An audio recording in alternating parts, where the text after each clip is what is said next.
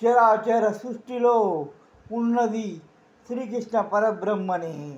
సకల చరాచర దృష్టిలో సర్వ ప్రాణంలో ఏకమై ఉన్నది శ్రీకృష్ణ పరబ్రహ్మనే.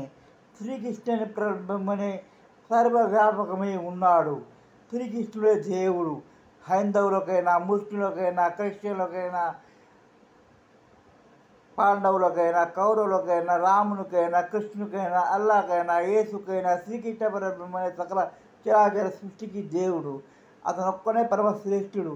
కానీ అతి రహస్యము నిగూఢమైన విషయం ఏమిటనగా అతను సూర్యుని కంటే ముందు పుట్టినాడు.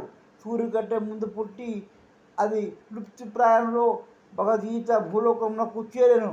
భూలోకం నుంచి అన్ని లోకాలు కొనగా 14 భూల భాండాలకు చేరుకోను.